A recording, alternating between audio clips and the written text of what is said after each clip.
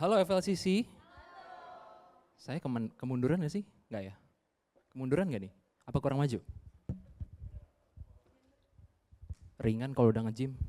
Oh, sombong banget. Mau khotbah dibuka dengan kesombongan. Oke, terima kasih kepada FLCC. Kalau ada yang ulang tahun di depan tuh selalu mengingatkan saya betapa mudanya saya ya.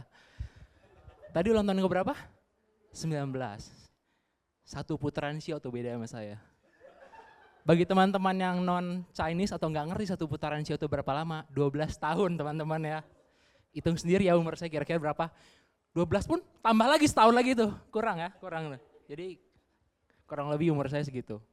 Dan juga gue mau ajak teman-teman sini kasih apresiasi buat teman-teman yang sudah pelayanan. Baik yang di panggung maupun tidak, ayo kita kasih tepuk tangan dong buat teman-teman yang sudah pelayanan. Gue mau kasih note sedikit, Yoel tadi yang main keyboard ini. Bukan karena mainnya nggak bagus atau apa, enggak, bukan. Tapi karena dia geret keyboardnya sendiri dari rumah dan setelah pelayanan ini dia harus bawa pulang lagi ke rumah lagi, bayangin. Is that commitment or what? Ya kan? Luar biasa, biasa orang cuma bawa gitar, bawa bass, efek gitu kan. Ini bawa peti men. Bayangin ya, segede ini belum sama kardusnya. Kardusnya at least 1,5 kali lipat lebih gede dari ini. Jadi appreciation buat Yoel dan juga yang lain. Cuman Yoel kebetulan ekstra aja hari ini, mantap. Gitu. Oke, so tadi yang dibilang Venuela kita akan masuk ke dalam series baru. Series ini namanya Before I Go. Ya, kita akan belajar tentang specifically tentang kata-kata atau pesan-pesan yang ditinggalkan Yesus sebelum dia pergi meninggalkan murid-muridnya, sebelum dia pergi disalib. Nah, biasanya kalau orang mau pergi nih, udah tahu nih, mau pergi lama atau bahkan gak bakal ketemu lagi untuk selama-lamanya, kira-kira dia bakal ngomong apa kepada orang yang dia sayang? Pasti sesuatu yang penting, betul gak? Sesuatu nih kalau bisa, nih lo orang inget-inget ya, jangan sampai lupa ya. Bukan hal-hal yang receh, hal-hal yang nanti jangan lupa cuci sepatu ya, kan gak gitu. Ya kan? Pasti hal-hal yang penting dan pengen banget kita supaya ingat terus. Puji Tuhan ya, kata-kata Tuhan ini direkam dan ditulis di dalam Alkitab. Kenapa gue bilang puji Tuhan? Karena kita manusia cenderung pelupa. Siapa yang di sini pelupa? Hai manusia pelupa, termasuk saya sendiri. Ya kan? Kita mudah banget ngelupain sesuatu, betul nggak? Dari yang receh, misalnya lupa taruh barang, lupa taruh remote TV tadi di mana ya? Handphone tadi gue pegang di mana ya? Kacamata tadi di mana gue taruh? Mungkin di atas kepala saat itu saat ngomong. Tapi lupa taruh mana? Lupa udah kunci rumah atau belum? Siapa yang pernah kayak gitu? Udah jalan jauh nih, rumah udah kunci belum ya? Atau kalau kita parkir di mall, udah jalan nih, udah makan es krim segala macam, mobil udah dikunci apa belum ya? Sering kayak gitu? Saya sering banget. Istri saya lebih sering lagi. Ya, sering lupa. Iya, maaf, lupa kirim PPT seperti saya. Dan tahu nggak ternyata lupa itu ternyata bisa punya dampak yang lebih besar daripada hal-hal yang receh tadi. Dan dampaknya ini di dalam hubungan kita, dalam relationship kita ternyata. Because our forgetfulness can be one of the biggest barriers to healthy relationship. Kok bisa kok dari lupa bisa sampai menjadi barrier, menjadi tembok terbesar dalam relationship? Gue kasih contoh. Kita mungkin aja pernah melupakan apa yang kebaikan atau orang lain, dari orang lain yang diberikan dalam hidup kita, and we take them for granted. Pernah ngerasa seperti itu? Atau lupa? Contoh kedua, kita mungkin pernah melupakan apa yang pernah terjadi dalam hidup seseorang. Mungkin orang tersebut pernah mengalami sakit hati, orang tersebut pernah mengalami bencana mungkin. Atau misalkan orang tersebut pernah dalam situasi di mana keluarganya hancur atau yang menyedihkan seperti itu dan kita lupa, oh dia ternyata dia pernah seperti ini. Dan lupa seperti itu, it shows lack of care. Seakan-akan kita gak peduli. Mungkin bukan maksud kita untuk tidak peduli, tapi kita kadang lupa. Atau mungkin yang lebih menyakitkan lagi, we forget our promises. Kepada orang tua kita, kepada pasangan kita, bagi yang udah punya pasangan, atau bahkan janji kita kepada Tuhan. And one thing for sure, sebagai orang yang pernah diingkari janjinya, yang diingkari janji itu rasanya sakit banget. Yang pernah diingkari katakan, Loh, Naomi cukup keras ya. Sakit hatinya, betul nggak? Diingkari janjinya itu sangat sakit. Nah, kenapa sih bisa terjadi kelupaan-kelupaan ini? Ternyata begini teman-teman, otak kita ternyata punya yang namanya selective memory. Jadi otak kita, we choose what we remember. Kita cuma mau ingat apa yang mau kita ingat. Mungkin dalam suatu kejadian, anggaplah dalam 24 jam ya, dalam sehari. Kita cuma pengen ingat yang kejadian yang terjadi dari jam 2 sampai jam 4 sore. Mau itu sedih, mau itu senang, tapi otak kita bisa memilih hal seperti itu dan mendelete jam yang lainnya. That's called selective memory. Nah, selective memory ini nggak cuma terjadi dalam kehidupan kita sehari-hari dengan orang lain, dengan orang tua, tapi selective memory ini terjadi antara kita dengan Tuhan. Contoh, ketika kita sedang dalam keadaan yang susah, hidup kan nggak selalu mudah, betul nggak sih? Kadang-kadang kita diputusin, kadang-kadang kita ditolak dalam pekerjaan, kadang-kadang kita gagal dalam pekerjaan atau kuliah kita. Seems overwhelming. Dan ketika overwhelming ini, dalam momen yang overwhelming ini, sadar nggak sadar kita melakukan selective memory. We are so focused on what's happening. Kita terlalu fokus dengan apa yang terjadi di depan kita, di depan mata kita. Kita taruh masalah itu persis di depan mata kita, sehingga kita melupakan apa yang pernah terjadi di belakang. Kita melupakan apa yang pernah terjadi dan kebaikan Tuhan di belakang kita. Good newsnya, Tuhan tahu kita suka lupa. Tuhan tahu natur manusia itu pelupa. Katakan amin bagi yang lupa. Maka dari itu dia membagikan hal ini kepada para murid. Nah, momen ketika dia membagikan hal ini, kita tahu disebut dengan the last supper. Tahu ya, yang ada lukisannya tuh, ya kan? The last supper ini ternyata bukan cuma acara makan-makan biasa teman-teman, bukan yang kayak kongko yuk, bawa pizza, bawa apa, no. Ternyata the last supper ini adalah sebuah tradisi yang sudah berjalan ratusan tahun, yang disebut Passover meal.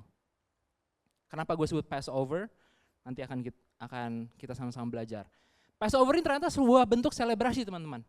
Jadi bukan cuma makan biasa, tapi selebrasi. Karena selebrasi harusnya happy, betul nggak? Ya dong. Tapi para murid nggak tahu tuh kalau selebrasi malam itu adalah momen terakhir antara murid dengan sang guru. Ingat ya tadi dibilang di awal kalau kita punya momen terakhir, kita pasti sampein yang penting-penting. Murid-murid nggak tahu itu saat terakhir, tapi Yesus tahu. Karena dia tahu besoknya, beberapa hari kemudian, dia akan disalibkan.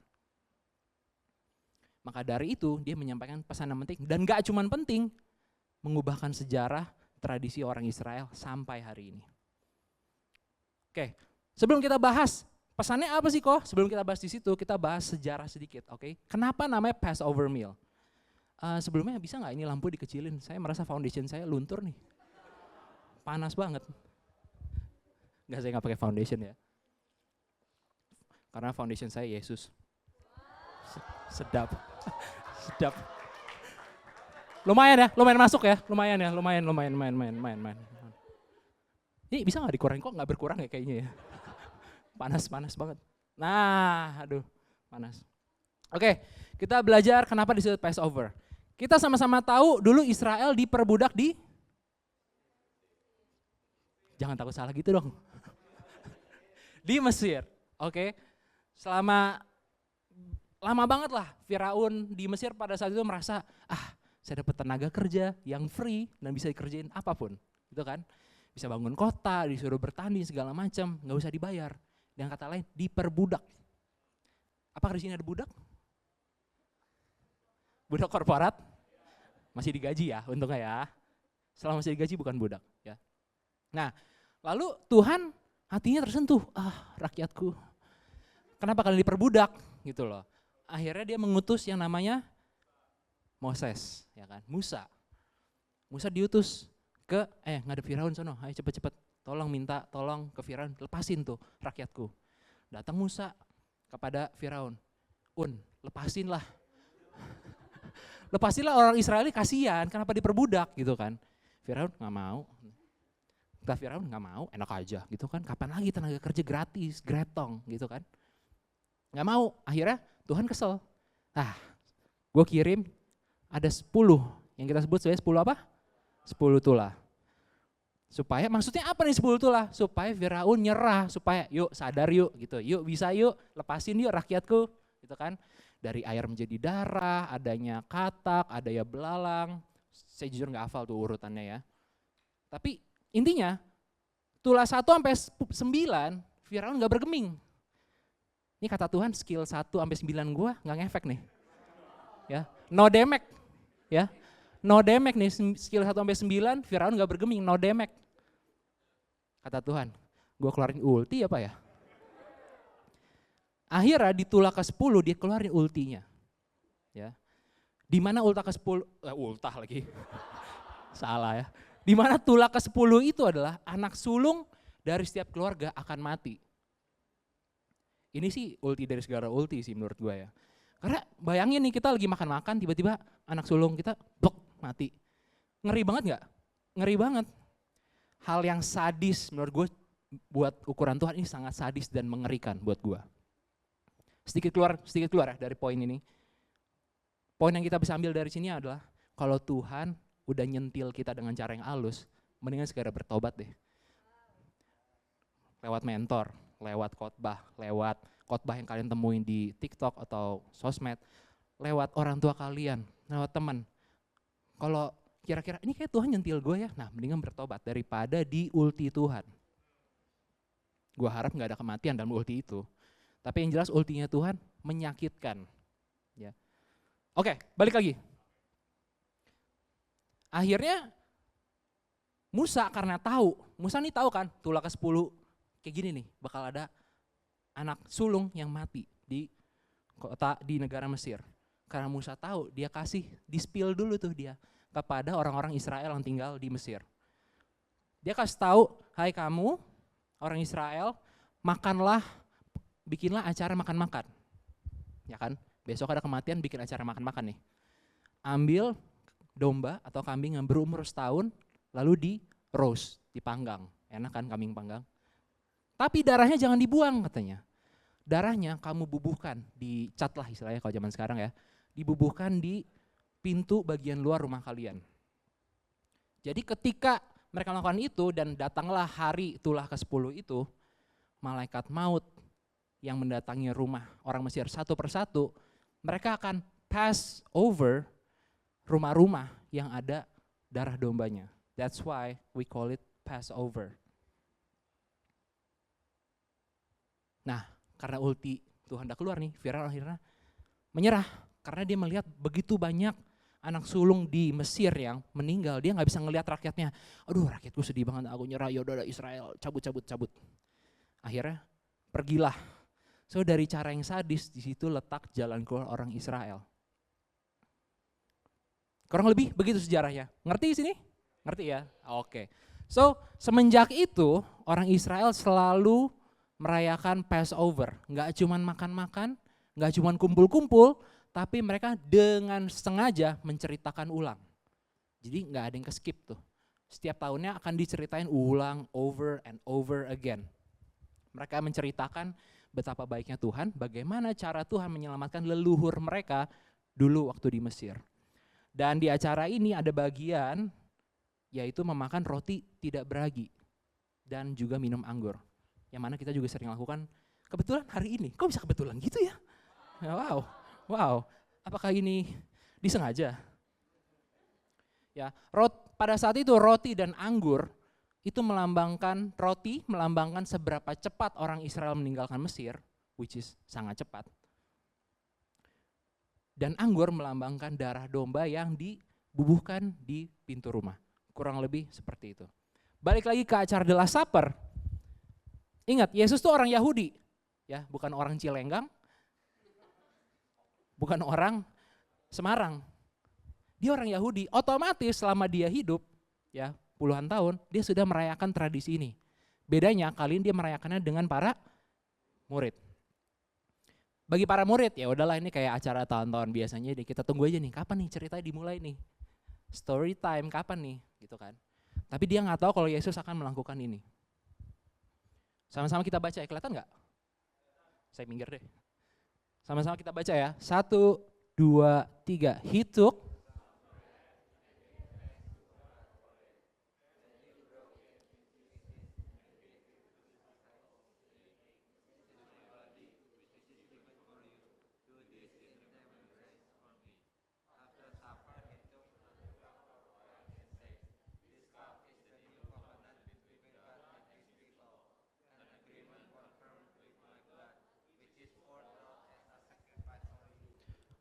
Terima kasih. Ini adalah ayat yang sering dibacakan oleh pendeta atau siapapun yang memimpin ketika sedang perjamuan kudus. Jadi bukan hal baru yang kita tahu ya.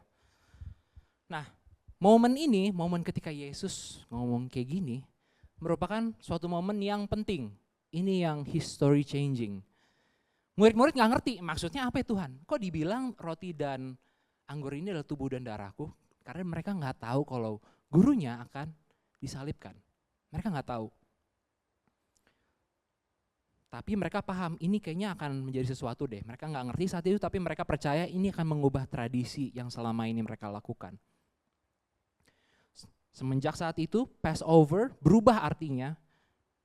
Roti dan anggur yang tadi cuma melambangkan Israel berapa lama cabut dari Mesir. Dan darah yang ditaruh di depan pintu.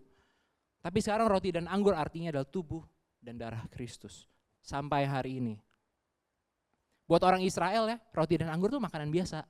Kayak kita sehari-hari makan nasi gitu. Tapi kita kan gak setiap hari minum anggur ya? Ya gak? Kalau ya juga gak apa-apa sih. Asal jangan mabuk. Buat orang Israel, roti dan anggur adalah makanan biasa. Tapi jago Yesus kayak gini kan. Dia paling jago mengubah hal yang basic menjadi signifikan. Jadi kalau kalian merasa hidup saya basic kok. Tunggu aja sampai waktu Yesus pakai. Kenapa Yesus bikin hal yang basic? Karena dia pengen setiap kali orang makan dan minum, dia ingat. Yesus tuh pernah ngorbanin tubuh dan darahnya untuk kita. Karena kenapa? Kenapa mesti lewat properti yang kita makan? Karena sekali lagi hidup gak selalu mudah. Hari ini mudah, besok bisa mudah banget. Besoknya bisa susah banget. Kalau di game kok tiba-tiba jadi ekstrim nih levelnya hidup ini. Kok jadi extremely hard, kenapa ya? Dan ketika momen extremely hard itu terjadi, Yesus tahu nih, sangat mudah buat kita untuk nutup mata kita dan fokus kepada hal yang sulit doang. Let's say, di depan kita ada permasalahan financial keluarga. Apakah kita dengan mudah ingat, oh Tuhan 10 tahun lalu pernah bantu aku. Apa cenderung kita fokus gimana cara lunasin hutang? Mana yang kita akan lebih fokus? Gue rasa kita akan fokus gimana cara lunasin hutang. Betul? Karena mengingat kebaikan Tuhan tidak praktikal katanya. Ketika di momen yang susah, kita melupakan Yesus pernah menunjukkan kasih apa selama ini. Like, apa yang Yesus lakukan tuh nothing, gak pernah ada, seakan-akan. Karena Yesus tahu, balik lagi, karena Yesus tahu kita bisa melakukan hal seperti ini, dia mengajarkan muridnya untuk mengingat. Isn't that great? Dia tahu kita suka lupa, dia ajarkan cara kita mengingat. Because remembering reminds us of what Jesus had done, is doing, and will continue to do. Mengingat dan mengenang karya Tuhan itu adalah fondasi iman kita. Mengingat dan mengenang apa karya Tuhan di masa lalu adalah menjadi batu pijakan supaya kita enggak goyah. Masalah bisa membuat kita goyah, tapi kalau kita punya pijakan yang tepat, kita akan bisa tetap berdiri dan tidak jatuh. Dan dari situ, dari pijakan yang kuat itu, dari fondasi yang kuat itu, kita bisa terus menumbuhkan iman kita dan memperbesar iman kita menuju tempat yang lebih baik. Buat kita yang udah mengikuti Yesus cukup lama, mungkin ada hal signifikan tentang dia yang sering kita ingat. Contoh, misalkan momen pertama kali kita terima Yesus sebagai juru selamat. Mungkin kita ingat saat itu. Atau bagi yang Kristen yang memang dari lahir mungkin, yang tidak pernah mengalami momen itu, momen ketika altar call di retret. Sering kan tuh di retret ada altar call, nangis-nangis gitu kan. Mungkin kalian akan ingat. Atau momen ketika doa kalian dijawab, doa yang kalian sudah doakan bertahun-tahun akhirnya terjawab. Senang banget pasti, akan diingat terus tuh momen itu tuh.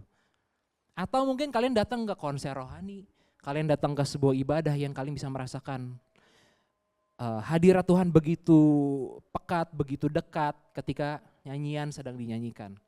Di momen kayak gitu, sangat mudah untuk merasakan Tuhan. Betul nggak? Sangat mudah. Oh, Tuhan baik, Tuhan luar biasa, Tuhan pasti tolong aku. Tapi the moment you step out of it, mungkin keluar dari gedung gereja ini hari ini, apakah seperti itu? Masih seperti itu? Apakah daily kita terus merasakan bahwa Tuhan tuh sangat mudah dipercaya? Atau malah kita malah merasa, Tuhan jauh ya kayaknya dalam hidup gue belakangan ini. Atau merasa, kok doaku gak dijawab nih, udah 5 tahun gue mendoakan hal ini, tapi kok gak dijawab? Atau bahkan pernah mempertanyakan, kenapa gue bahkan percaya dengan yang namanya Yesus? Mungkin pernah bertanya seperti ini, gue pernah, jujur aja, gue pernah. Tapi one thing for sure, dan ini good newsnya yang gue harap kalian bisa terima, Jesus hasn't changed. Tuhan yang sama, yang kalian rasakan ketika altar, kalau adalah Tuhan yang sama saat ini kalian rasakan. Tuhan yang sama yang kalian rasakan di konser rohani adalah Tuhan yang sama saat ini sedang bersama kalian saat ini. Tuhan yang sama yang baru pertama kali kalian terima pada saat itu adalah Tuhan yang sama masih menyertai keluarga kalian sampai detik ini. Jesus never change, Jesus hasn't changed. Ada 2 hal yang mesti kita terus pegang, yang menjadi bekal kita untuk ke depannya. Yang pertama, remembering with other people is powerful. Sama seperti orang-orang Yahudi yang secara dengan sengaja, intensional melakukan Passover meal dan gak cuma makan-makan, mereka menceritakan kebaikan Tuhan, menceritakan sejarah leluhurnya kepada orang lain. Kenapa kita gak melakukan hal yang sama? There's something powerful about sharing stories of God's faithfulness with other people and hearing stories about God from other people. Gampangnya, there is something powerful untuk menyaksikan dan mendengarkan kesaksian tentang kesetiaan Tuhan. Dengerinnya gimana kok? Oh, sangat mudah. Gue bisa kasih jawaban dua jawaban termudah saat ini. 1, datang menara doa. Yang satu lagi bentar aus. Yang satu lagi small group.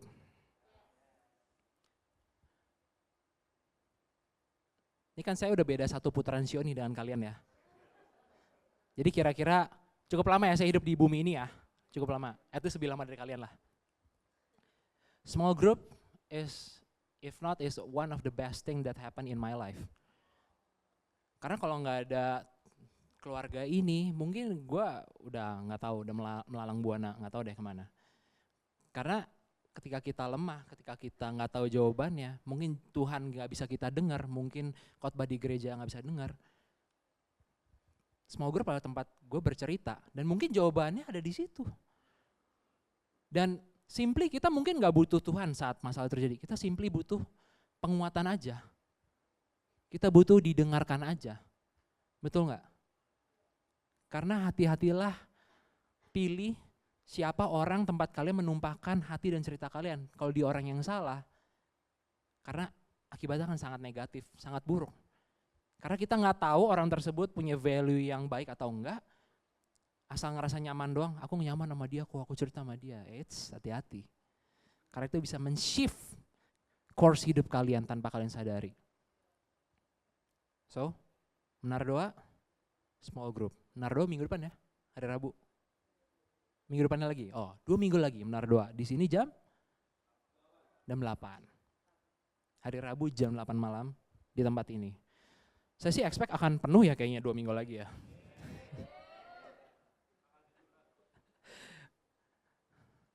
Dan yang kedua, tadi yang pertama. Yang kedua, remembering takes work. Sama seperti kita ngafalin rumus-rumus, sama seperti kita ngafalin hafalan-hafalan kita di sekolah maupun di kuliah, mengingat kebaikan Tuhan pun butuh usaha teman-teman ternyata. Because it's one thing to remember God's goodness, but to keep going back to those memories, keep them in front is another thing. Artinya apa sih kok? Artinya harus dengan sengaja. Kebaikan Tuhan dalam hidupku segitu-gitu aja kah? Oke. Mungkin kalian merasa seperti itu, walaupun gue cukup yakin tidak seperti itu. Oke, ada yang namanya Alkitab teman-teman. Apakah kalian dengan sengaja menyisihkan dan memberikan waktu dalam satu hari kalian untuk mempelajari kebaikan Tuhan di Alkitab? Apa kalian tunggu, ada sisa nggak ya hari ini? Nggak ada, ya udah nggak usah. So, make a habit mempelajari kebaikan Tuhan. Karena Tuhan yang sama yang kalian baca adalah Tuhan yang sama yang hidup saat ini. Makanya jangan sampai lewatkan kesempatan ini. Karena kaum Yahudi nggak memperingati Passover saat susah doang, bener gak sih? Ya kan? Mereka sengaja set waktunya, nih tanggal segini, di bulan ini, di hari ini, kita akan merayakan Passover. Kenapa kita nggak belajar dari itu? Setiap hari, let's say jam 6 pagi, kalau anak malam jam 10 malam, semoga Aminah nggak di jam 6 paginya. Tapi set waktu dengan sengaja, dengan intensional. Beberapa steps pertama kan susah. Tapi step ke 100, step ke 50 akan lebih ringan. Remembering helps us see God in the past so we can trust God in present. Kenapa sih kok banyak ngomongin masa lalu? Bukannya kita tuh harus move on. Kita gak boleh berlama-lama di masa lalu. Karena ini, life is lived forward but learn backwards. Hal-hal yang gak make sense saat itu, make sense saat ini. So, kalau kalian sedang menghadapi hal yang gak make sense saat ini, artinya Tuhan yang sama yang bikin make sense waktu itu akan make sense, akan bikin sesuatu yang gak make sense saat ini menjadi make sense di masa depan. Hal yang kayaknya, ini gak jelas nih Tuhan. Dulu pun masalahmu gak jelas, betul gak? Tapi sekarang menjadi jelas, karena apa? Karena ada Tuhan. Makanya gue bilang life is live forward but learn backwards. Itu menjadi fondasi kita. Karya Tuhan di masa lalu itu menjadi fondasi kita bahwa hal yang gak jelas saat ini akan dibuat jelas oleh Tuhan di masa depan. Biarkan kesetiaan Tuhan yang terus menerus ditunjukkan menjadi pijakan kita untuk berdiri dan menang atas pergumulan. Gue bilang menang, bukan cuman stop, tapi menang. Artinya kalau pergumulan itu datang lagi, kalian dengan mudah akan melewatinya. I hope sharing hari ini bisa membantu kalian untuk mengingat apa aja karya Tuhan dalam hidup kalian yang pernah kalian rasakan. Mungkin kalian nggak bisa rasakan, mungkin orang tua kalian rasakan, dan ketika kita menerima perjamuan Tuhan hari ini, kalian bisa terus ingat karya Tuhan di kayu salib, tubuh dan darahnya yang sudah dicurahkan untuk menyelamatkan kita dari jerat dosa itu, terus hidup hari ini sampai selama-lamanya. Gue ajak semuanya untuk bangkit berdiri.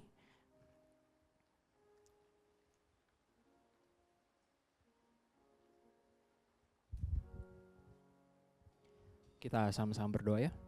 Bapak, terima kasih untuk satu kesempatan hari ini kalau kami boleh belajar dan terus diingatkan bahwa Tuhan kami adalah Tuhan yang setia. Tuhan kami adalah Tuhan yang dari dulu sampai sekarang dan yang akan datang adalah Tuhan yang selalu sama. Tuhan yang kami rasakan ketika kami baru pertama kali having encounter with you is the same God will help me today. Aku berdoa untuk setiap pergumulan, keterikatan yang mungkin sedang terjadi saat ini, aku berdoa semuanya akan dilepaskan. Aku berdoa semuanya akan Tuhan bantu, akan Tuhan jamah Tuhan, dan setiap anak yang hadir tempat ini, setiap jiwa yang hadir tempat ini akan terus diingatkan bahwa Tuhan gak pernah melepaskan mereka, Tuhan gak pernah jauh daripada mereka, Tuhan selalu tinggal dalam hidup mereka. Aku berdoa orang-orang yang mungkin sedang ini, course hidupnya sedang shifted, sedang berbelok, biar Tuhan yang ingatkan dan balikan lagi ke dalam course yang sudah Tuhan siapkan dalam hidup mereka. Tuhan, buka mata mereka, buka hati mereka, biarkan mereka bisa terus melihat setiap kebaikan Tuhan sekecil apapun dalam hidup mereka. Di tengah permasalahan, di tengah pergumulan, disitulah kasih Tuhan dan tangan Tuhan nyata. Terima kasih, hanya dalam namamu kami sudah berdoa dan mengucap syukur. Amin.